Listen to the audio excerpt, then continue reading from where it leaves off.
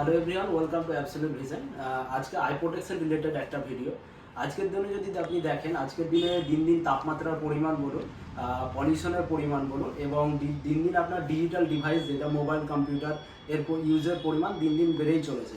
তো তাপমাত্রা বাড়ার ফলে কি হচ্ছে, আমাদের তাপমাত্রা বাড়ার ফলে আপনার ইউভি পরিমাণ যেটা আলট্রাভায়োলেট রে দিন দিন বেড়েই চলেছে। যখনই আপনি আলট্রাভায়োলেট রে 420 ওপরে যাচ্ছে, তখনই আমাদের দিনে কি হচ্ছে, চোখে এফেক্ট করছে। প্লাস হচ্ছে আপনার পলিউশনের পরিমাণ দিন দিন বেড়েই চলেছে।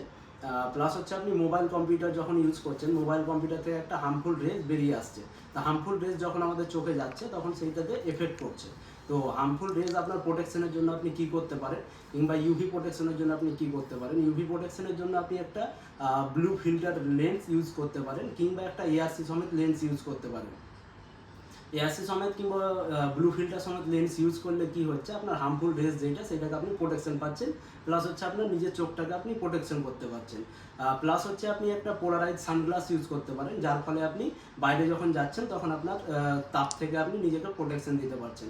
প্লাস হচ্ছে যাদের চোখে পাওয়ার নাই, পাওয়ার না থাকলেও তাদের এই জেনারেশনে এসে অবশ্যই একটা ব্লু ফিল্টার লেন্স ইউজ করা উচিত। তার ফলে আপনি আপনার নিজের চোখকে প্রোটেকশন করতে পারবেন। তো আজকের ভিডিওটা এই রিলেটেডে। নমস্কার, থ্যাংক ইউ।